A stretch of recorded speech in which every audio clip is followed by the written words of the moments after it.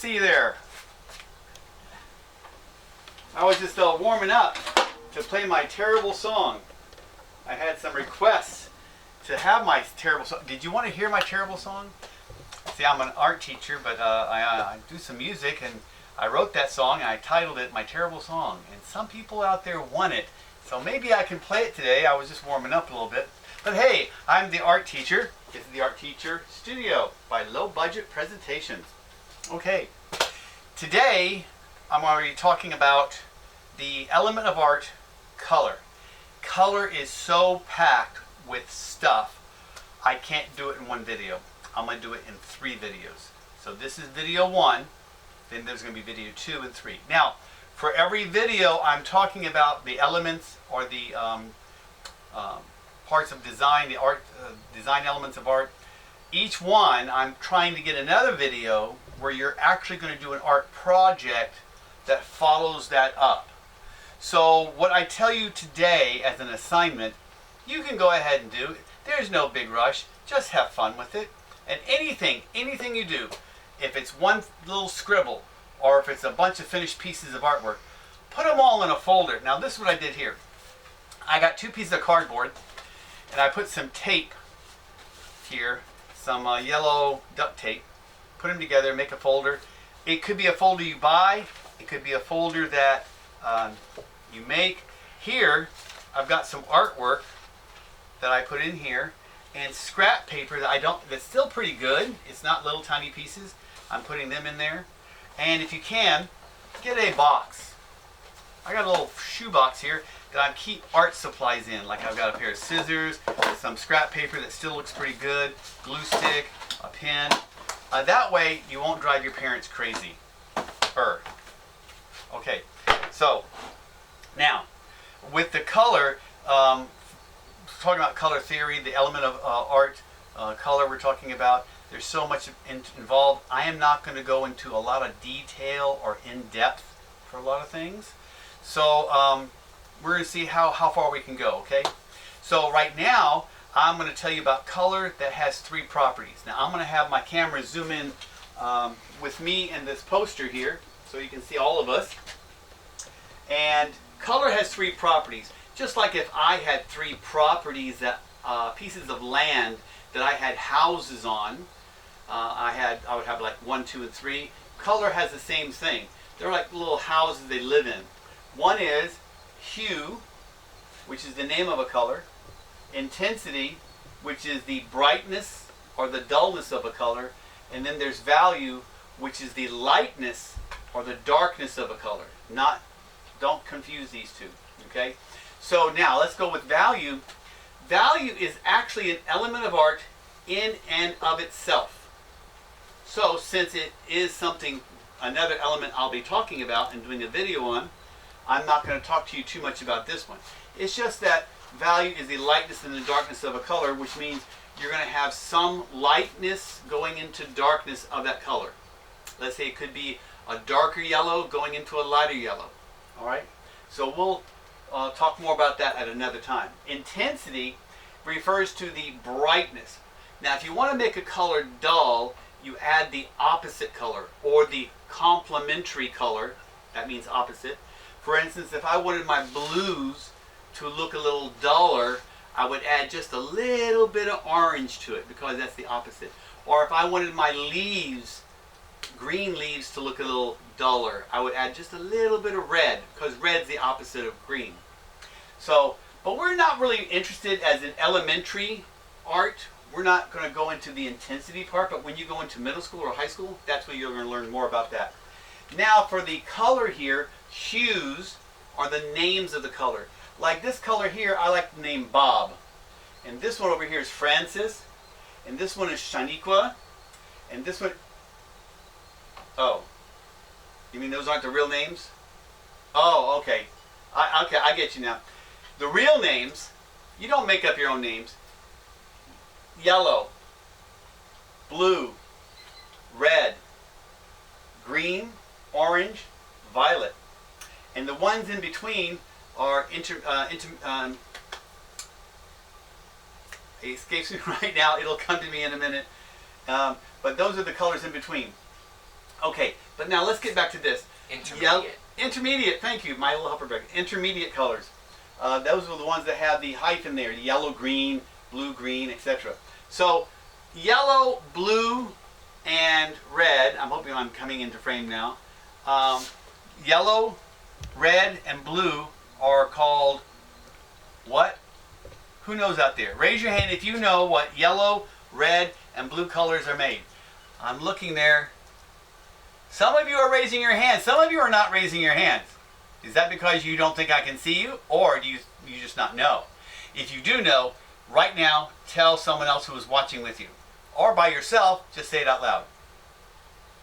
Most of you got it right. It's called primary colors. The red, yellow, and blue are primary colors because they're the first colors.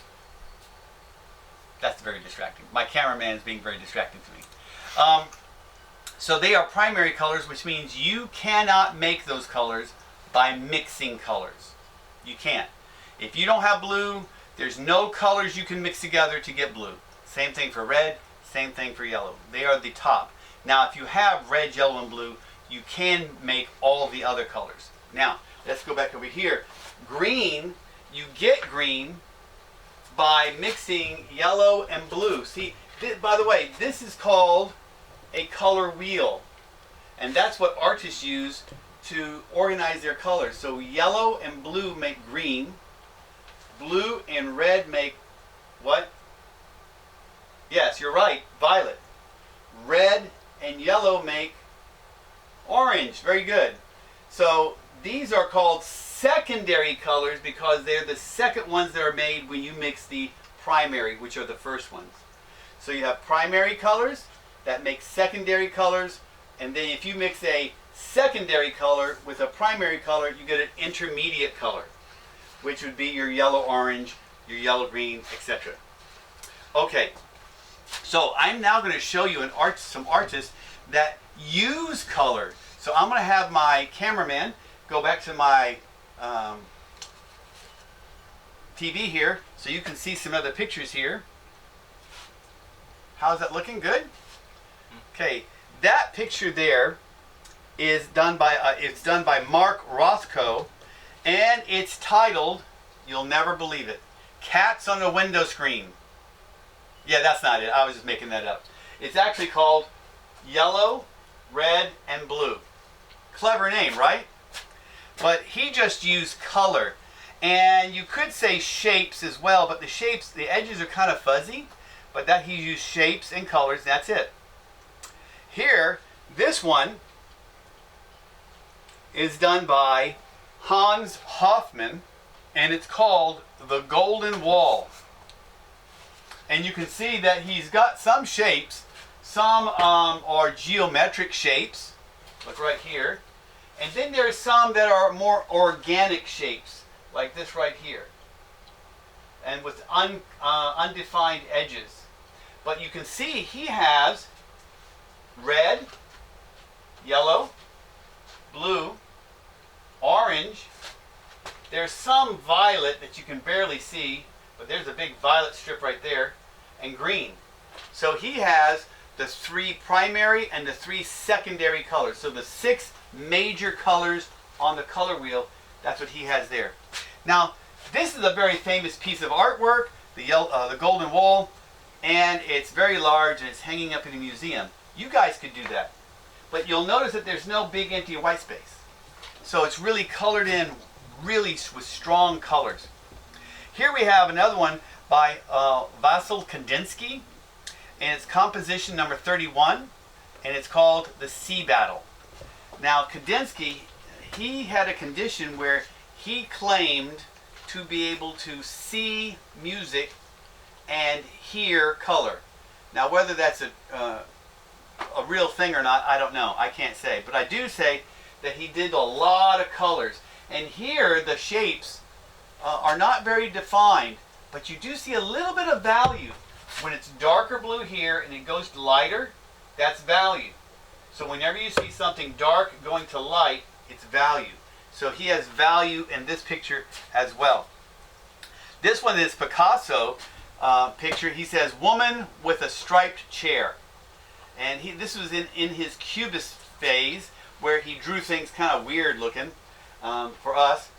And you can see red, I can see blue, I can see yellow, I can see green, I can see orange, and I can see a little purple right there. So it's actually in between here. It's kind of a red purple on those stripes. But he used the the 6 major colors in the color wheel. And the colors are very, very strong. And again, the only empty white space you see is this part here, which I'm sure he did on purpose. But most of it is all colored in. This one is by Vincent van Gogh, and it's called The Billiard Room. And you can see again, all 6 of the major colors. Can you see them? Can you see where there's red? Can you see blue? Can you see yellow? Can you see purple? Purple's a little harder. It's not as much. Orange and green. Right. So you can see all those colors there. And look how he did right here. I'm going to see if my cameraman can zoom in to these lamps. And how he made those lamps look like they were really glowing with light. Do you see how he's mixed that up with the colors? It's like there's some green and yellow in there. And really nice. And it makes it glow better because of the strong red around it that contrasts it. Okay, if you can zoom back out again. And here's one my son did when he was 4. I gave him red and yellow. And he just went to town mixing the colors up, so it's mostly orange now. You can see some streaks of red in the orange, and the same thing with the orange, some streaks of orange inside the yellow. So, pretty cool picture. Okay, now if you'll go back to pulling back out. Thank you very much. So, that's dealing with the primary and secondary colors. We talked about the color wheel. We talked about the intensity, the value, and the name of color, hues. By the way, in case you don't know, the rainbow, the color wheel involves with the rainbow colors, right? If you don't know the direction of the rainbow colors, just think of this, Roy G. Biv. I'll say it again, Roy G. Biv, R-O-Y-G-B-I-V, meaning red, orange, yellow. Shows you the direction of the color. Red, orange, yellow, green, blue, indigo, violet. Indigo color is more like a blue violet, but it's a little more intense than just a regular blue violet crayon. But you could use a blue violet crayon if you're going to actually do a rainbow. So a lot of boys and girls only use 6 colors, but really there's 7. So a lot of people forget the indigo part. Okay, so this is what I need you to do. This is your assignment. Are you ready? The assignment is this. Do a picture like I showed you here. Now it could be like Mark Roscoe. Very simple. He just did some large shapes of color, except it takes a lot of coloring to do that. You could do like Hans Hofmann, where he did some geometric shapes mixed with some organic shapes. But again, everything was colored in really, really well. And you'll notice that if you were noticing, a yellow wasn't really next to an orange or red. They kind of broke it up because orange, if you look over here, the yellow is close to the orange. So he separated the colors a little bit. So you could do like a Hans Hofmann. You could do like Picasso and do like a really weird picture and all the colors are really flat but very strong. That woman didn't look that great, did she? So it doesn't matter if you say you can't draw a person. Picasso was one of the most famous artists of all time, and you saw how he did a woman, right? All right. So you could do that part. You could do like Van Gogh. Whoops, sorry. You could do like Van Gogh and do a regular room or an outdoor picture, but just use the 6 major colors and make sure the colors are strong. So just be creative. Have fun. And you know, if you're not having fun doing this, you're doing it wrong.